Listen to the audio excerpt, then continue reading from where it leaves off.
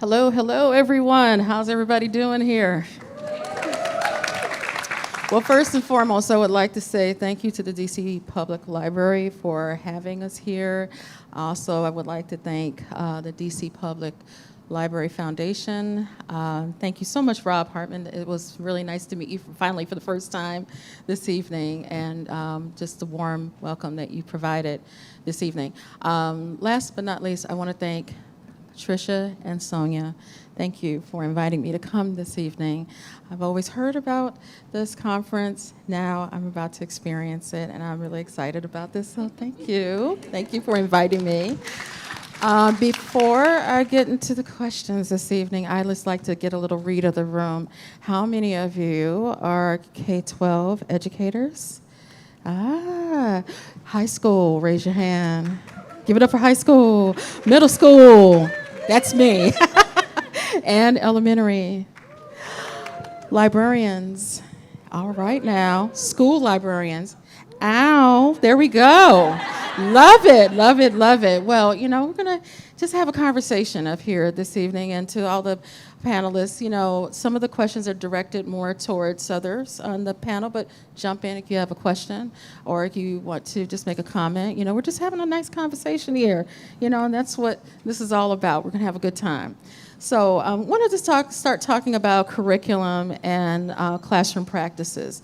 And oftentimes my questions come from experiences that I've had. This will be my 25th year working in education starting this fall. I've seen a lot of things over my time working in Chicago, now coming here working in the district for DCPS. And I want to share this question with the panel. A good friend of mine was reprimanded recently by school administrators for rejecting a curriculum that included multiple entries of racial trauma in reading prompts and short stories. And it didn't provide that balance, you know what I mean, of providing additional uplifting stories and short biographies that included people of color. So she was quite done with what happened, and she came as a school librarian. Oftentimes people will come to the desk and they are seeking consolation from you. My question to the panel is, why do you think this is such a big trend in K-12 education lately with this, and what are some of the biggest challenges that you see like within this trend?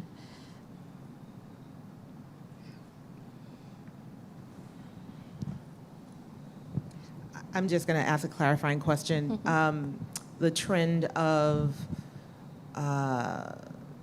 avoiding books that have trauma and challenge a part of it, and to just kind of focus on joy, and is that what you mean? Right, really just to have that balance. It's like, why is it that it's always books about children of color are always focused in trauma? There's a lot of stories about our communities that sometimes they don't come to the forefront. Why don't we see this balance, especially in the curriculum?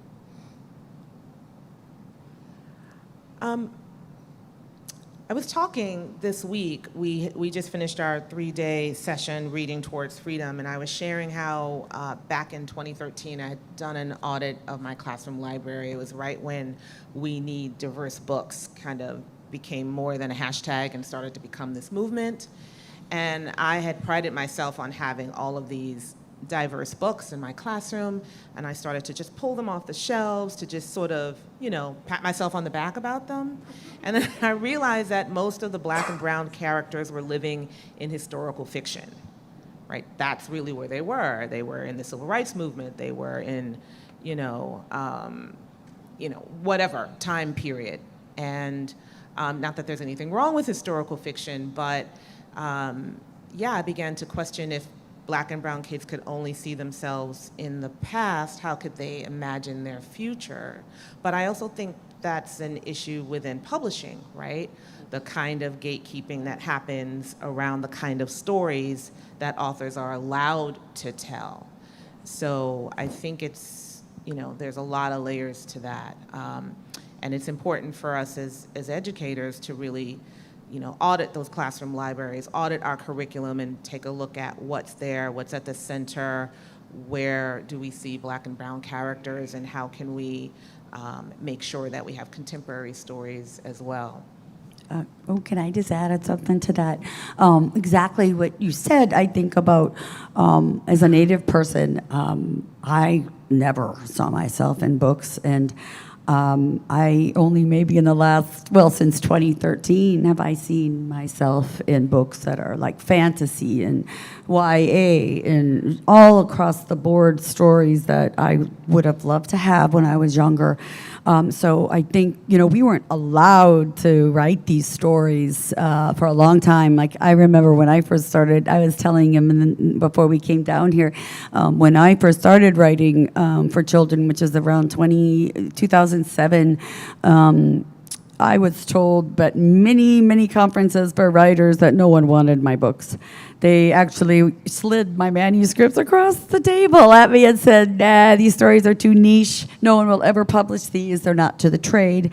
And so I thought, well, okay, so I'll start writing books about bunnies and tooth fairies and all that other stuff, because at least I can get in the publishing world, and maybe someone will, then maybe I can start writing what I want and what the world needs, and then Beanie DeBurse books. Well, my first book was published in 2013 with a very tiny, small, niche publisher out of Canada called Pemmican Publishing, but which recently over the pandemic went out of business. And then when also 2013 was We Need Diverse Books happened. And then all of a sudden, people realized, publishers went, oh, well, wait a minute, maybe we do want those books that you've said that, that we told you we don't want. And so, yeah, even publishers of some of the books I have out now were the ones that told me you'll never publish these books to the trade. And I haven't told them that, but one day I will. So, yeah, they just, we weren't really allowed to tell these stories of us living our lives in the world today. Most of our stories about Native people were stereotypes and written by non-Native people who wanted to portray us as, the way they saw us. We were never allowed to tell our stories. And so now we are actually, you see so many Native authors. I'm just so happy. And just all brown, Black authors in general. I would have loved to see all darker skinned people in books when I was younger being in the world and living in the world, because they all, even like for when I was young tennis, I love tennis. I still love tennis. Serena Williams and Venus Williams were all my idols. They still are. They were brown women who were doing things that wow. Just wow. So I think now we're seeing them, so we're not going to stop, and they can try, but ain't no way they're going to stop me from writing these books. So anyway, that's my 2 cents. I think it's complicated. First of all, in 2014, I was told that nobody wanted to publish books about Black boys in the neighborhood, which is ridiculous, because there were a lot of books about Black boys in neighborhoods, because there was a Walter D. Myers and there was a Jacqueline Woodson and shit. There were all these people, right? And they were like, yeah, but not like this. We don't need a new wave of that, right? Nobody wanted to publish when I was the greatest, and it happened eventually. But I think the question is complicated, and I think that sometimes we oversimplify it. So I hear this a lot, and I have conversations a lot with my friends and colleagues who are like, yo, it's trauma, it's trauma, it's trauma. And I'm always sort of like, well, can we clarify what makes it traumatic? Because something has to happen in a story for it to be a story. And what I find is that sometimes there are books that are like trauma porn, that they exist. There are other books where there is conflict. And that doesn't always equal trauma, even if the conflict is traumatic, right? Like I tell people all the time, I've written a lot of books, and they're about a lot of things. And each book is about a lot of things. But if you had to ask me what any of the books were about singularly, I would say they're about children. They're not about violence. They're not about, death. They're not about, even though that's what everybody else says about my books, right? Because of the way that we view these things, like the lens and the sort of oversimplification of storytelling. right? And I think because we're hypersensitive, because black and brown people in this country are oftentimes, our narratives are skewed. And I think we're hypersensitive about it, and we should be. But I do think there is some vigilance necessary, because what's going to end up happening is soon stories just won't be about anything. Right? Something has to happen in the story. And it doesn't have to be death, right? But like, if you could take Venus and Serena's narrative, there's going to be a moment in that story where something terrible happens. Yep. And that is what makes us want them to win. Yep. Right? And so I'm as a writer of those narratives and of stories that are hopefully complex and nuanced and sophisticated, I think that there are books that are poorly written, which then bleed into sort of trauma porn. And there are books that are just good stories, which means there has to be a roller coaster of emotions and events. Things have to happen, because in our lives, things happen. Things happen. I mean, you could read Old Yeller, you could read all these stories, right? Where like the worst thing in the world is like whatever happens to the dog. God bless the dogs, right? We all love dogs. But like in our real lives, the truth is that the kids that you serve, the truth is that like there is joy in their lives and there is pain. It's just a fact, right? There is happiness and there is sadness. There is love and there is fear, right? All of those things coexist because our children are whole, and I don't want to rob them of their humanity by being afraid to write reality because somebody's going to say that I'm writing trauma. I think that's a person who's a poor reader sometimes. Other times, I think that like some of these books are gratuitous and traumatic for no reason, right? I think Sapphire's Push is a terrible, terrible book, me personally, right? I have no problem saying that. I think it is a gratuitous, I think Go Ask Alice was a money grab and a terrible, terrible, terrible book, right? But I don't think that The Hate U Give is trauma porn. I think it's a complicated narrative about human beings who live complicated lives.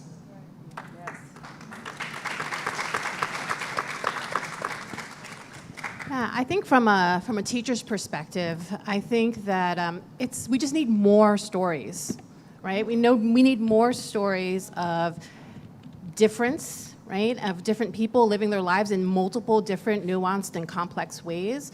I think what typically happens in American schooling is that you have like, oh, we're going to read this African-American novel. We're gonna read this, we're gonna have a unit on this Native author, and it becomes like one story per community, right? That scarcity mindset, like, oh, we can only have one, so we can only teach Toni Morrison, and then everyone else gets pushed to the side. And that's where I think that idea that you were speaking of earlier, where we only have books that are about the trauma, let's say, of enslavement, and then we don't have any books about just people living their everyday lives here in 2023, right? So the thing is, we need more, right? We need more and over multiple years, so that kids can't ever walk away from a classroom and from their education thinking that a community's experience is only this, right? I also think about that especially with our youngest students, our youngest learners, and I think about the picture books that we bring in front of them, and I was just saying this week with our teachers that,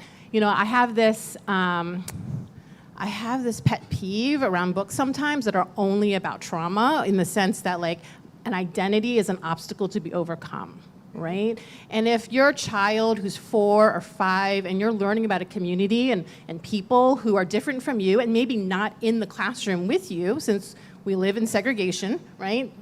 That you don't want the story of this community to be only that, right? That an identity is something to be overcome. So we just need more. We just need more. Isn't it wild that we never consider Toni Morrison's books trauma books? Like, that's the other thing. Whose books how does this really work? Right? Like, honestly, like, we don't look at Baldwin and say it was trauma. It was traumatic, even though it was some wild stuff in these books. We don't look at Richard Wright or Ralph Ellison. We don't look at Invisible Man as a trauma porn book, even though Battle Royale is wild, right? And so I'm also just a little bit like, I just don't know if I understand it all the time. Me too. That's Well, all. I think about, not as to an interrupt. artist, right? As a teacher, Yes. it's very different. But as the artist, I'm like, I don't know if I always get it. I want to. No, I'm on the fence with you. I agree exactly what you're saying. And it's difficult because you're fighting this uphill battle with curriculum coordinators, with the assistant principal, the principal, you know, in many cases, that are making those decisions in terms of what books are going to be used in the classroom, sometimes the central office. You know, I've been, not just because you're sitting here, Jason, but I've been trying to get your books into the curriculum at every school district that I've worked in, and this is the third school district that I'm working in right now. And the difficulty is, we are so used to using this narrative instead. And I'm like, come on, the kids are going to relate to what he's saying in the story. If the books are flying off the shelf every day in the library, and there's always a wait list for his books, then why can't we use it in the classroom? And you know, I was That's just always been my thinking argument. about trauma porn, and I start thinking about like Hansel and Gretel. I mean, what the hell is that? I mean, let's put the baby and the kid in the oven and cook them for supper. That crap scared me to death when I was a kid. I'm like, Mom, what is this business? Oh, good night. Don't let the bed bugs bite. Okay, well, I won't be sleeping for weeks now. That you might cook me in the oven. Or like Red Riding Hood, what's up with that? You know, like a wolf. Rapunzel, all of Yes, all of that stuff is crazy, scary stuff for kids. I was like traumatized till I was 40. Honestly, I still am. It's stupid. But you get into these Facebook groups, and we all belong to them, right? And you hear these discussions on the boards, you know, or either now Twitter, if those of you who are still on Twitter. And, you know, these discussions are quite fascinating, in my opinion, in terms of how people are viewing literature, especially for young kids. This goes into my next question. Now, you know, as teachers and librarians, educators, this has been a year from, I know this is being recorded, so I'm not going to say what I really want to say. This has been a crazy year for all of us. We're attacked across the country for supposedly teaching CRT, when, in my opinion, I feel that we're just teaching lessons rooted in truth. That's all it is. It's lessons rooted in truth. And I want to ask the panel here, what words of support can you provide to an educator who's in the audience, or maybe might be viewing this recording at a later date, that's being attacked or experiencing micromanagement in their classroom or their library? What words of support can you provide them? Because this is not going to change overnight, but I believe that our educators, our librarians, just need as much as encouragement as possible these days. I mean, I'm always careful about this just because I think,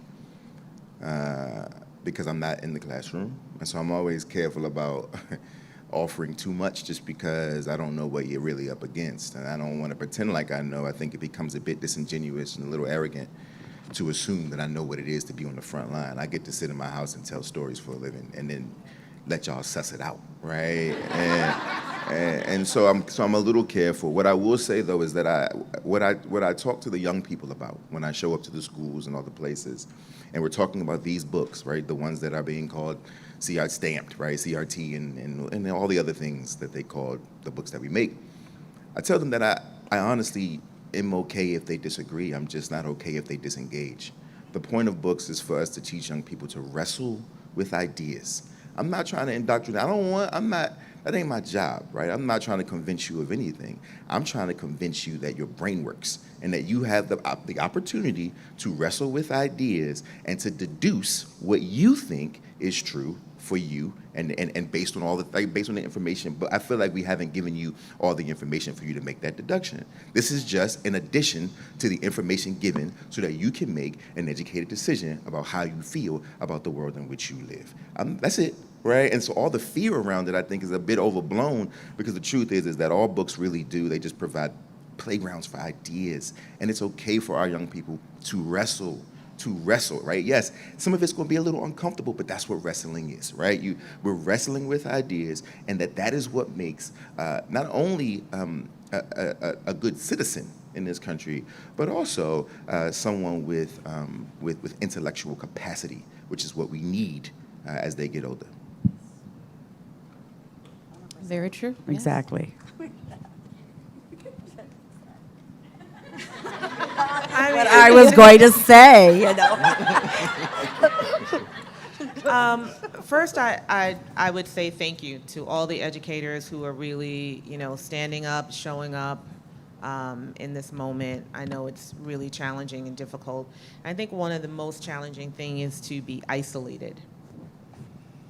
And so if there are educators who are feeling isolated, I would encourage them to try to find colleagues who believe in the freedom to read freely.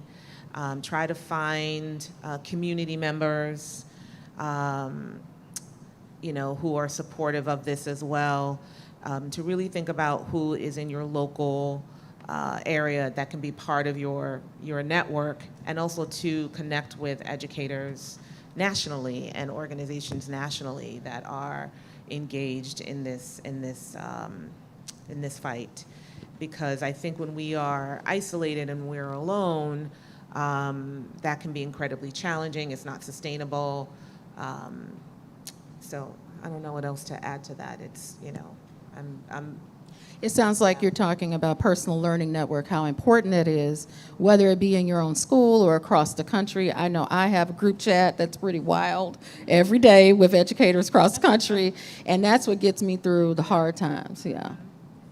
And I think in those relationships, you can also practice having those hard conversations, because I think that I believe that there are more educators who believe in the freedom to read freely than there are not, right? I think there's a very vocal and powerful minority of people who are actually against the freedom to read, right? And I think what we need to do as educators is not just find community, but also to practice together the conversations that you can have with others who can be convinced, or who need to be able to hear through your words why it's important to have many different books in a classroom, right? I think practicing those conversations, like you can have the belief, but if you have, like, what am I gonna do when a parent comes to me? What am I gonna do when I have this book? How am I going to defend its use or defend a child's right to read? You have to practice having that conversation all the time, right? And to this point that Jason made about indoctrination, I always think it's so silly, because I will tell you, like if I had the power to indoctrinate children, I might ask them to bring a pencil. I just, like, they have their own minds, right? It's so disrespectful to kids. Like, to think that I have the power to make them whatever I want them to be. Like, they are fully capable, functioning human beings with brains that work, and we can give them an opportunity to think about it. They don't have to agree. I had many students that didn't agree with me on many different issues, but if you asked them if they felt like they could engage with ideas and felt like they could speak freely, yes, right? And that's what school is for. I think it's so interesting too. Like, indoctrination is funny for me because, and I got in trouble for saying this on TV one time, and it was a whole. They came and threatened me and all the things. But I also think that people use that word as if everybody isn't already indoctrinated. It's so interesting. And so for me, the question is, how do we make a more whole doctrine? Right? Because the indoctrination is, education, whether you want to admit it or not, is indoctrination, right? So the question becomes, like, how do we perfect the doctrine, right? And I think that's sort of the fight that we're in. But the word is so slippery that everybody gets a little freaked out. But like, I've been indoctrinated by my mama, by everybody, right? Like, and it's just a part of what it is to be a human being who is learning things, Well, I have a question. This is for Sonia. You said that as if you're not the moderator. Like, you don't got all the questions. Nope. I got a good one for Trisha and Sonia. Nope. We talk about the learning environment. It is critical in a classroom for our young people today, especially post-COVID, all the stuff the kids have gone through, during the lockdown in many communities across the country. Now, why is it important that teachers create that learning environment that supports meaningful instruction, that supports the identity of a child, that's an equitable playing field for all in the classroom? I think oftentimes that gets missed in our teachers' colleges, preparation programs. Why is this important for our educators to provide this for our young people today, especially in today's society? I think, picking up again with what Jason said about, how do we make a whole doctrine? So how do we create classrooms that can see children wholly, right? Where kids can bring all of their identities to the classroom. So, I've had kids tell me that they can tell within the first class period, the first few days, whether or not a classroom is going to be safe for them. You get a vibe about a teacher. You just know. You look around the room. The teacher says a few things. If the classroom environment is one about rules, and how you have to go here. Those are the first thing you hear is that if you need to go to the restroom on the first day of school, like this is how you do it, and that's it. And the teacher's not interested in who you are and what you're bringing, and tell me about all the different things that make you who you are. That sends a message, right? And you end up as a person just shutting off different parts of you, right? And in some ways, all of us have to do that no matter what identities you bring. But I think especially for kids of marginalized identities, where society and the dominant narrative in society is always diminishing them, right? You compartmentalize and you put yourself into boxes. And how can you learn? How can you fulfill your true potential? And then we wonder why we see these so-called academic opportunity achievement gaps, whatever they might call them. And you wonder why that is. It's because some kids and some, especially Black and brown children, get the message every single day that they are not welcome, right? And so if we're talking about the cure for cancer, we're talking about whatever, imagine all of the potential that is just sitting there, that we are just denying our entire community. And I think sometimes teaching and schools can go in a way where kids walk in and they are somehow expected to check their identities at the threshold of the door, right? And just kind of emerge this neutral being. And there are a lot of teachers who believe that it's their job to be neutral, that teaching is somehow neutral, which, is ridiculous. And I want educators to know that kids can't thrive academically if they don't feel like they belong. And so all the curriculum needs to be identity affirming so that kids feel like they're seen, that they're valued, that they matter, that they're important, that they're loved. I think all kids are wondering, as Tricia was talking about those first couple of days, I think all kids are wondering in our classrooms, what is in this for me, right? Why should I be connected to whatever it is that you're asking me to learn? And that has everything to do with identity. It informs how kids experience the world. And so the best teachers are drawing from kids' identities and making the curriculum relevant and responsive to them so that they thrive. Yeah, a child is always trying to figure out, where do I fit? What's my place in here? What's my role? And with middle schoolers, you definitely hear this out of them because they're in discovery mode about themselves. They're at that age. I want to do a little shift from the classroom because I know it was extremely heavy. But I want to move on to some bright news. Tricia, I understand you have a new book coming out. Would you like to share that information about your upcoming book that's going to be published in October? October. So my book is for teachers.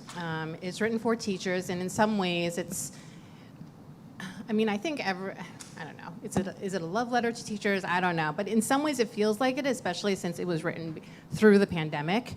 Because, with the acknowledgement, teaching is really hard. And the book is around anti-bias literacy practices, with this idea that we come to schools we're socialized with a lot of biases, right? Like, for example, one example of a bias that I had growing up in predominantly white schools was that what is considered literary, right? And you think about like the traditional Eurocentric canon, like this is what I needed to be able to read in order to be considered educated, to be considered a person of value, in order to assimilate into a white dominant culture, to be seen as someone who had something to say. I had that bias walking to the classroom as a student, and then I brought that bias to my students. And so my book is really about helping teachers unpack some of those ways that we've been socialized, how to do that for ourselves as educators, and to think about how we might interrupt and disrupt that, and then how do we help kids do the same, right? How do we help kids think about the ways in which they have been socialized into harmful narratives about themselves and others and the world, how they might do that through the things they're reading and through the things that they're writing, right? And the title of the book is Get Free, because I think about all the different harmful narratives that sort of keep us down, right? How can we think freely aside and apart from those narratives, right? So it's really, I hope, something that's going to be encouraging and also very practical too. Not like a do this thing and everything will be fixed, because that is not what the book is, so don't read it expecting that. But something that will maybe offer a starting point. Right, starting point for discussion, which is extremely important. And let's hope that we can get your book into many schools across the country, because this is exactly what's needed right now. It's kind of dismantling what's already been put in place, what they've been taught, talking about some classroom teachers, and trying to get them to see that there's a different way of reaching our students. And of course, trying to teach the test. Of course, we all know about that, right? With test preparation, which is crazy in this country right now. Sonia and Jason, I'm just going to be very honest with you. I believe that you all created a true classic in Stamped for Kids. Absolutely love it. We were in the green room earlier, and I had Jason and Sonia sign a copy that was written in Spanish, for my ESL teacher in my building. The question I have for both of you is, why was it important to challenge the narrative, create this wonderful space for kids to read the truth about their historical place in society? Because the kids in some classrooms, they're not given that space, but you made space for them through the writing of the book. Well, I'll say as a teacher for many years, it was always interesting when we were teaching about the U.S. Constitution or the Declaration of Independence. I could see in the curriculum and in the text that kids had that they had access to partial truths, fractions of truths about the history of this country, and particularly about racism and white supremacy. And Stamped for Kids was just a beautiful opportunity, an important opportunity to answer a question that I was asked a lot by kids when we start talking about racism, is how did this all happen? How did we get here, right? Literally, they're trying to how did we get to this point? And I think Stamped for Kids answers that, and also provides them with language. And when kids have language, and when they have different lenses to really think about the world around them, and particularly about racism and what it means to be anti-racist, then they're better able to interrupt racism in their own lives. So it was an incredible honor to do this work, and it's very needed. Definitely needed in today's society. I mean, I think for me, I think there's everything that Sonia said is absolutely, in terms of just continuing to add those bricks to the wall. I think my biggest fear is that people will read Stamped, either version, and think they're like, this is everything, right? Which is what we tend to do. It's like, I read it from the last page, you're like, now I know it all, right? And it's like, no, this much more, right? But for me, what was most important in Stamped is explaining to young people that all of this happens because of imagination. Like, somebody imagined a narrative that they were able to sort of codify and create laws and systems. But it's literally somebody's like I thought up a story that will work, right? A story that will grow legs and move around the world, and that will build whole countries on the backs of other people because of the narrative that was created strictly from someone's imagination. And I think that's important for kids to know, because then that means that they have the power to make decisions to move it the other way, right? Like, it's a powerful thing to know that, like, you mean to tell me all this is made up? Yeah, all this is made up, right? Which means that you can make up something else, right? You can make up a new thing. And I think there's something really empowering about that. So, like, all the facts are important, and all the sort of truths are important, the historical facts, all of that's very, very important. But I want young people to walk away feeling like, yo, I have the power to bend it back, right? All of my friends, all of us have the power to bend it back. Like, law is real, right? So, like, there's law, but law comes from someone being like, this is a thing that we need to sort of codify a way of living, to create boundary, border, and all sorts of other sort of ways that to be civil in our country. But it was something that someone thought up and was like, yo, this should be a law. I mean, we know all the silly laws that exist for no reason, right? And it's like, they benefit somebody, right? But they were made up. All of it's made up, and I think that's what's most frustrating for me. But also, what's most hopeful is that it's not rooted in anything. So we can actually do something if we realize that one tiny bit of power. It's like, hey, actually, no, I can just decide, right? Make decisions, imagine a different world, which, and I'll close here, which is also why all the other books are important, right? So, like, when we talk about people always are like, what should I do to be anti-racist? Read fiction. Read fiction. Right? So, like, I love Stamped. Read Stamped, right? But then after that, read fiction, right? Because I actually think that, one, we need to understand that we need to just sort of humanize the everyday lives of everybody, but also we need to stoke imagination. And that's the most powerful thing that fiction does, is it stokes the imagination.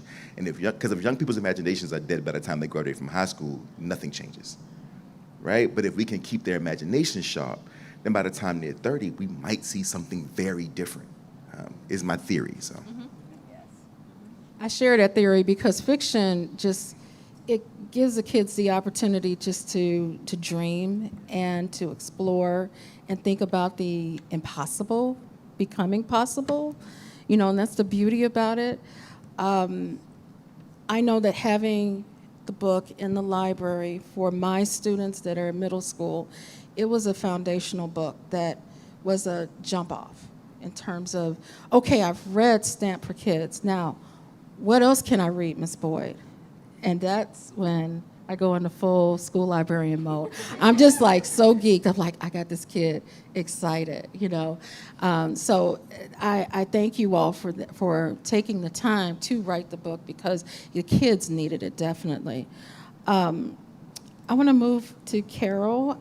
Your Caldecott Award-winning book, We Are the Water Protectors, was inspired, yes. It was inspired by the Standing Rock Sioux Lakota tribe, yes. Why was it important for you to support this movement and do more instead of just writing about it? What activism came out of writing the story and just that full year of your Caldecott win, of course? I'll probably cry talking about this because I do a lot when I talk about Standing Rock. But I wanted to clarify something that a lot of people don't know, that Sioux is actually a racial slur.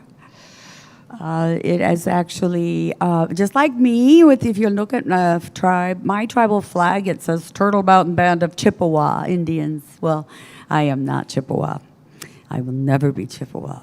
That was my name given to me by the Bureau of Indian Affairs, just like Sioux was the name, because they couldn't bother saying Ojibwe or Lakota.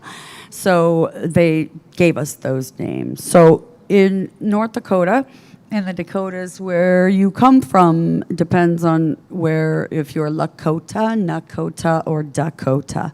So it depends upon your land base, of course, because we're all connected to the land. So for me, when I heard about Standing Rock, which was in 2016, as some of you probably know, the camp actually started in April of 2016, but I wasn't aware of it till June. So 2 months later, I just saw it on social media, and I saw, just a few people that were starting to join this, and I thought, what's going on here? Why isn't the national news carrying this? Why isn't the national media? This is not a Native issue. I mean, we aren't the only ones who drink water, clearly.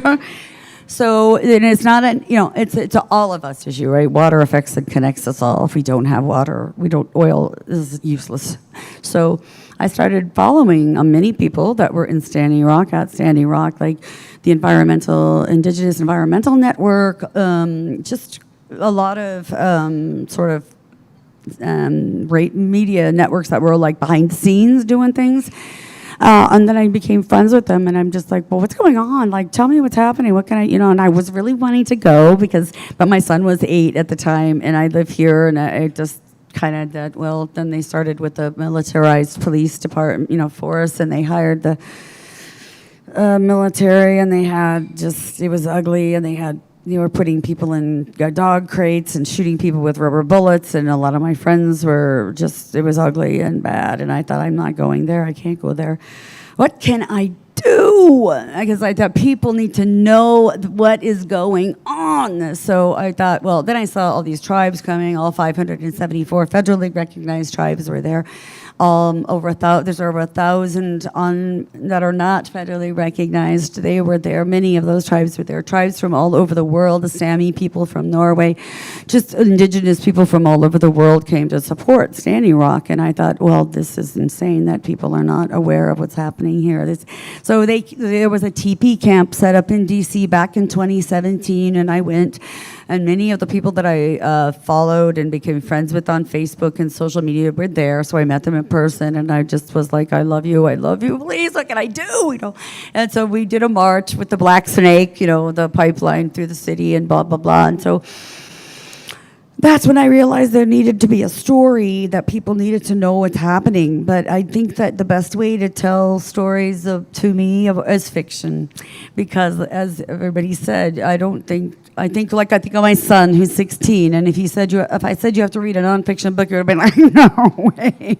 But if it's a fiction book with based on something that happened, when there's a story, I knew he would read it, and I know young people will read it. So then We Are Water Protectors started out as a young adult novel because it had a lot of stuff in it, like man camps, which are why we have murdered and missing Indigenous women. There's a lot of big oil fracking, all of that is related, the rape of the planet, blah, blah, blah. I could go days. So I'm like, well, I'm going to write this book. So I'm writing. And I'm like, well, this is going to take me way too long. I want people to know about this story now. So that's when I thought, well, a picture book, baby, a picture book. But so that's really how I got my agent. I didn't even know she was looking. It's like 5 minutes after I said it's the thing, like someone sends it back, goes, I would like the story. And I'm like, you have got to be kidding me. But she said, well, you must have saw that I was looking for a Standing Rock story. I said, no, I had no idea. All I know is I saw your name popped up out of my head, and I'm like, maybe I should send this to her. But the story was much more like a story of a girl who went outside and was trying to forage for medicines for her family to help treat her grandmother. And so it was boring, quite frankly. And so my agent said, well, can you make it more lyrical? And I said, well, I don't know what the hell that means, but I could try. And so then this is what came out of it. But and did I ever think that more than one person would read this? I told people, if one person reads this, I'll have considered it, and that's why I tell people, young people all the time, your voice matters so much. If I can do this with one story, with one voice, that I thought in a million years, because everybody told me never would this happen. You can do this too. Your voice makes a huge difference. So, yeah. So that's kind of where it all came from, and I over social media, and I have to give a lot of credit to social media for letting me see that there were so many people like me. Like, I'm not the only Native that living here. I'm kind of like with the Washington football team, it was just murder for me on Sundays. I would not leave my house. I can't, I had to fight with my son's school because they would allow it in school, and I just raised hell, and I'm like, I will not allow that. My son will not see that. I can't have that. luckily they got it taken out of the schools. But it's like, it's hard to be in these spaces. So when I saw a bunch of people that looked like me and were me and were fighting for what like as an Ojibwe woman, we're known, Anishinaabe, we are the keepers of the water, and men are the keepers of the fire. That's just what it's been since time immemorial in our culture. And it just feels like it's a natural thing for me to write about water, and that I have to speak for it because no one else is doing it. And I feel like that's my job now. So anyway, blah, I talk a lot, as you know.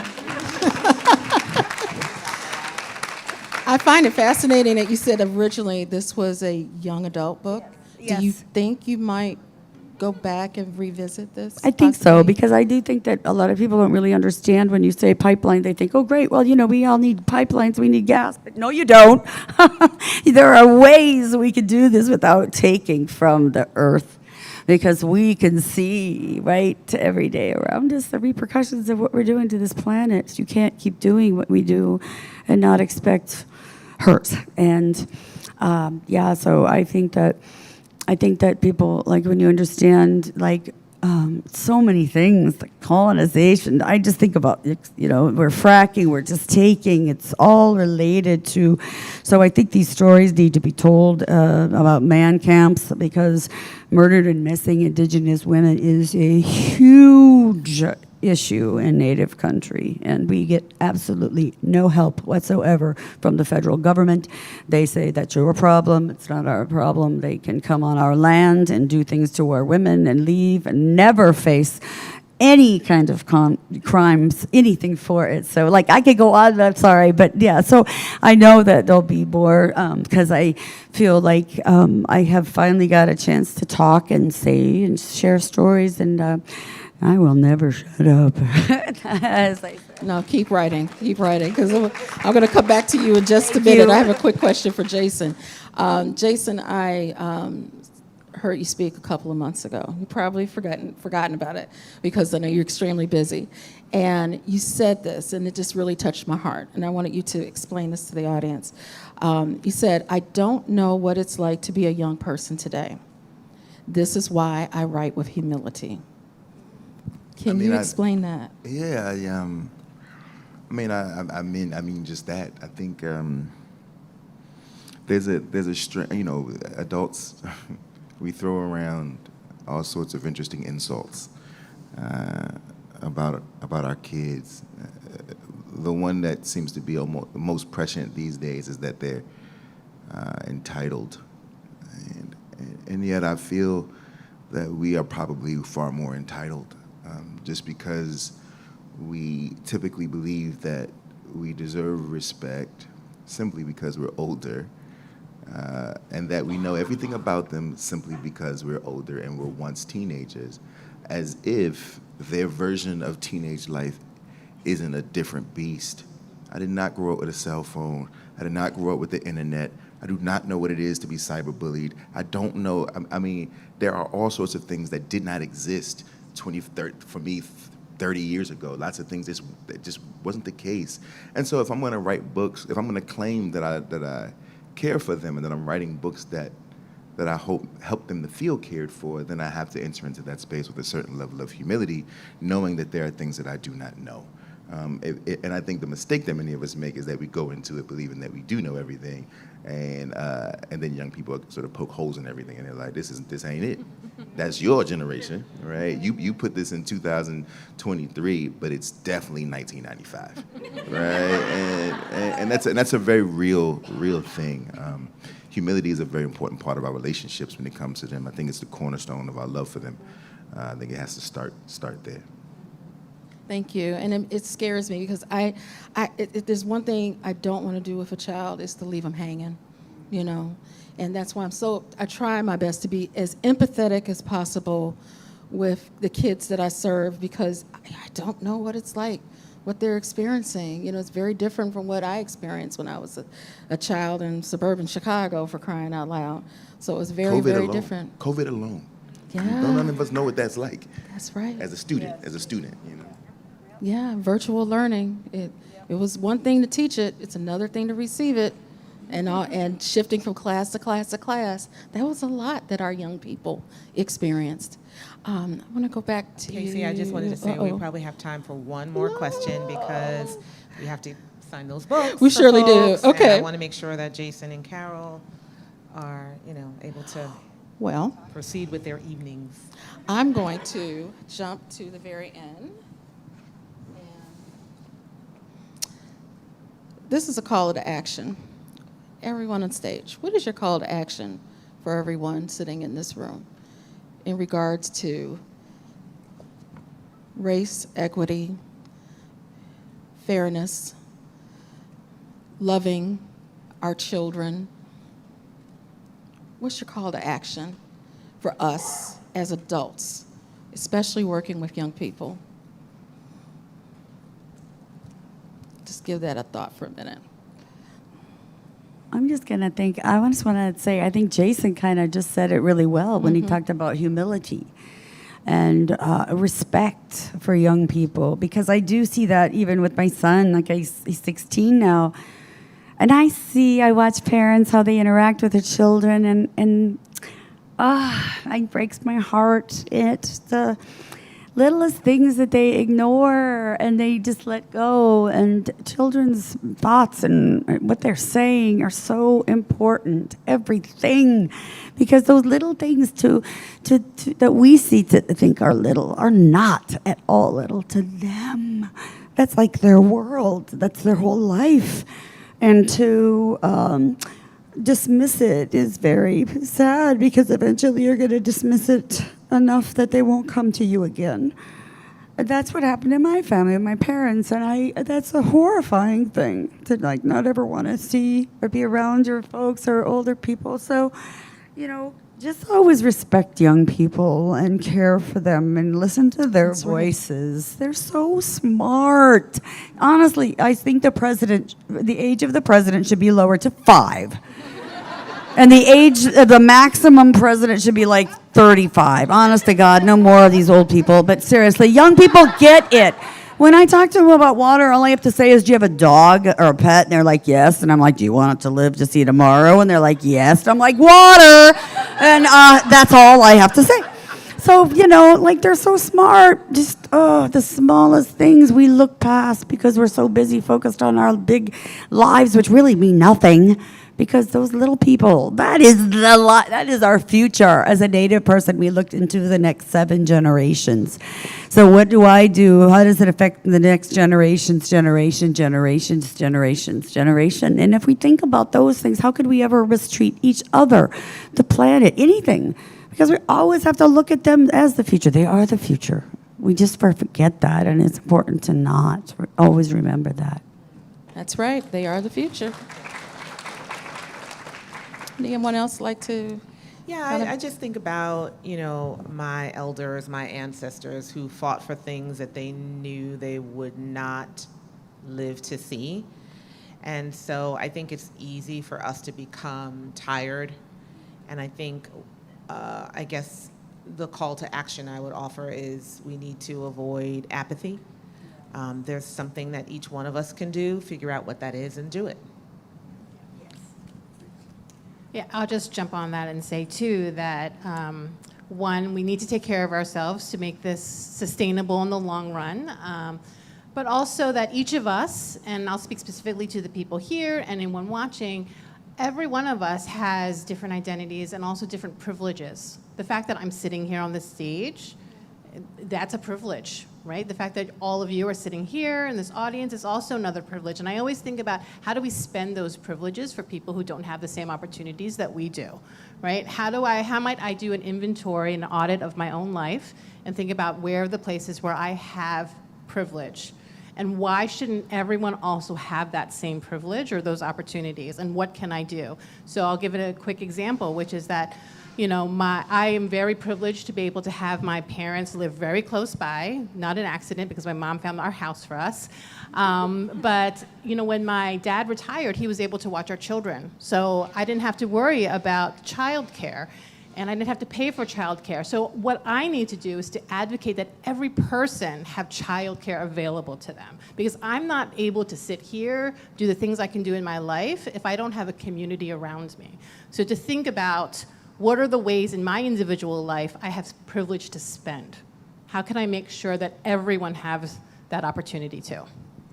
And I'll just add that there's a strange myth and weird inclination that allows us to believe that we can solve problems without talking to people who are different from us, who disagree with us. And it's all pretty silly to me. At the end of the day, I think that when we talk about humanity and we talk about the love for our children, it includes the children of the people you disagree with. Right? Like they're all our children, and I think it's important that we judge slower, slow down the judgment a little bit. These are human beings, all of them, even the ones that we despise, are human beings. I was very fortunate as the ambassador to travel through the middle of America, and it was a true education and a tremendous gift because I met a lot of amazing human beings. Right? We listen to the media, we watch the news, we get on Twitter, and we take sample sets and thin slices and create whole worlds, right? And then it cuts us off from whole swaths of people who have children that we claim we love to serve. And so I would challenge, it's like, sorry, Eb is here, sorry to shout out Detroit, but it's like the way people talk about Detroit, right? If you ask people who are not from Detroit what they think about Detroit, and they'll be like, oh man, Detroit's rough, man. It's rough. And then you're like, have you ever been there? And they're like, oh no, I've never been to Detroit, you know what I mean?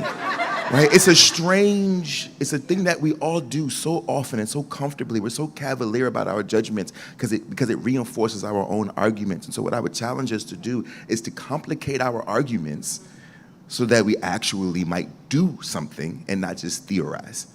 Right? Like complicate your argument. Go and challenge yourself by talking to the people safely, by talking to the people who you do not agree with. You'll be surprised how much you actually do agree with them about a whole gang of other stuff. Right? We're people. We ain't that different, honestly. And we hate to talk about it because then it's sort of like it bucks our own things, our comforts, our arguments, the things we love, our cultures, our communities. But like if we really about change and you're really about these kids, you have to put yourself in a hot seat sometimes. Agreed, yes. And I'm going to jump in by saying I'm going to slow down. You know, the school day is so jam-packed. It's fast. I'm going to slow down. I'm going to take the time, and I'm going to listen even more to my students. That's what my goal is this year. Not to say I didn't do this in the past, but sometimes just the day in, day out of the job, you see the look on the child's face when you haven't slowed down to talk to them. It's a certain look in their eyes. We need to be very cognizant of that, and we need to slow down, and we need to listen and spend more time with our young people because they need us. Everyone, thank you for coming. Thank you. Thank you. Thank you, Sonia, Jason, Carol, and Tricia. Thank you so much for coming this evening. Have a wonderful evening, and we are going to sign books out in the hallway. All right. Should they remain seated or just y'all gonna? Okay. Well, you all can meet our panelists out there in the hallway. Thank you very much, everyone.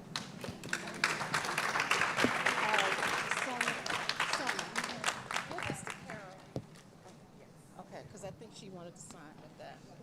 Someone has to be taking photos.